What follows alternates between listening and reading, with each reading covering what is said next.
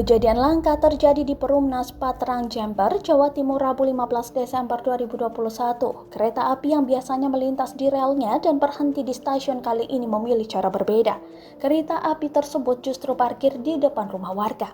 Video yang memperlihatkan kereta api itu diunggah akun Instagram @andreli_48. Dituliskan pada keterangan, alasan kereta api itu terparkir depan rumah warga karena banjir. Terlihat pula dalam video, hujan masih mengguyur wilayah itu hingga tergenang banjir. Para warga terlihat berdiri di sekitar kereta api.